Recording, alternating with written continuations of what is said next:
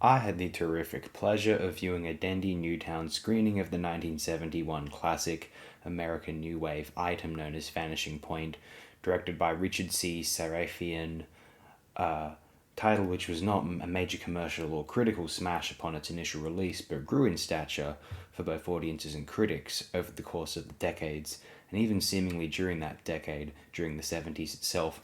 The film's screenplay was written by Guillermo Cabrera Infante, a Cuban novelist, essayist, translator, screenwriter, and critic. He is credited on screen as Guillermo Kane, though the story is said in the film's opening credits to stem from one Malcolm Hart.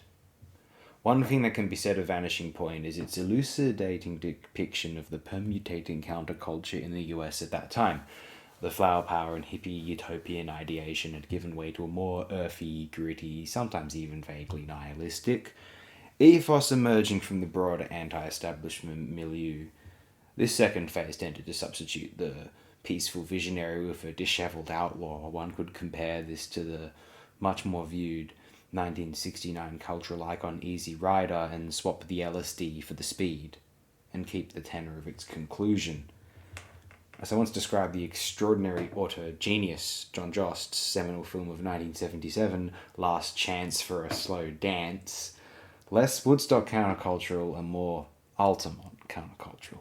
It was out of this strain of the American counterculture that other works such as the visionary Monty Hellman's classic picture Two-Lane Blacktop, released the same year as this film, were to grow from, as well as Bob Rafelson's Five Easy Pieces, or even, if you want to go there, Steven Spielberg's Duel. As it happens, Spielberg is said to be a great admirer of Vanishing Point. The director of this film, Richard Sarafian, is not very well known for any other major features, although the year before Vanishing Point he released a film called Fragment of Fear starring the magnificent David Hemmings, which I can remember rather enjoying.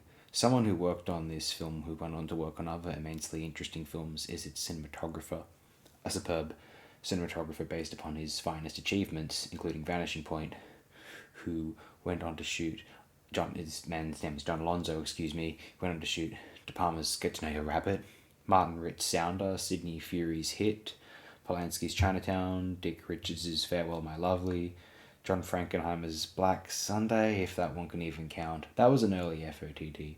I still like it okay. I admire Frankenheimer as a whole, and is a relatively likable feature, although one that is hard to stomach in the current political environment. De Palma's Scarface and Badham's Blue Thunder. It is interesting to note also that the film's screenwriter, the aforementioned Guillermo Cabrera Infante, wrote the novel which Raul Ruiz's superlative film, his debut feature at that, Three Sad Tigers, was adapted from. So his contributions to cinema extend beyond just this film, and in a way, he's the impetus for one of the potential 10 greatest auteurs in the medium's history via Mr. Ruiz. A tremendously likable, though also saddening, film, Vanishing Point articulates a zeitgeist better and more entertainingly than most films ever will, and most viewers who sit down with it, regardless of how the film winds up, will have quite a blast, I am relatively confident to say. If you haven't seen it yet, see it while it's still showing in Dendy Newtown if you're based in Sydney. Just to be entirely clear, I don't much care for that clicky limbo either. At times I have truly despised the suburb and made no secrets of it. Though that I am able to view Vanishing Point as a later night screening is highly appreciated. I intend to catch De Palma's blowout in a couple of screening Antonio on his blow up. I'm right there, man, as well. In a couple of weeks from now, immensely exciting. I was at Dendy to catch a screening of part one of Australian journalist Anthony Lowenstein's documentary work commissioned by Al Jazeera and adapting a non-fiction book he recently wrote, The Palestine Laboratory. And noting that Vanishing Point was screening a half hour after that screening concluded, I figured I would stay out and catch that one too. I'll be discussing the Palestine Laboratory further after a screening of part 2 in the near future, as it would be quite worthwhile to share my experiences of the screening. That included a highly insightful Q&A with Mr. Lowenstein himself. It was a fantastic night out, despite the heavy depression which assaults me when I'm witnessing media related to the current violence being inflicted upon the Palestinian population. And I thank everyone whom I encountered, old friends, acquaintances, comrades, as well as new people to restore my dissipating faith in humanity, for helping to summon such good, positive feelings for myself despite everything happening in the world as you listen to this piece. Thank you everyone who has viewed and listened to this piece.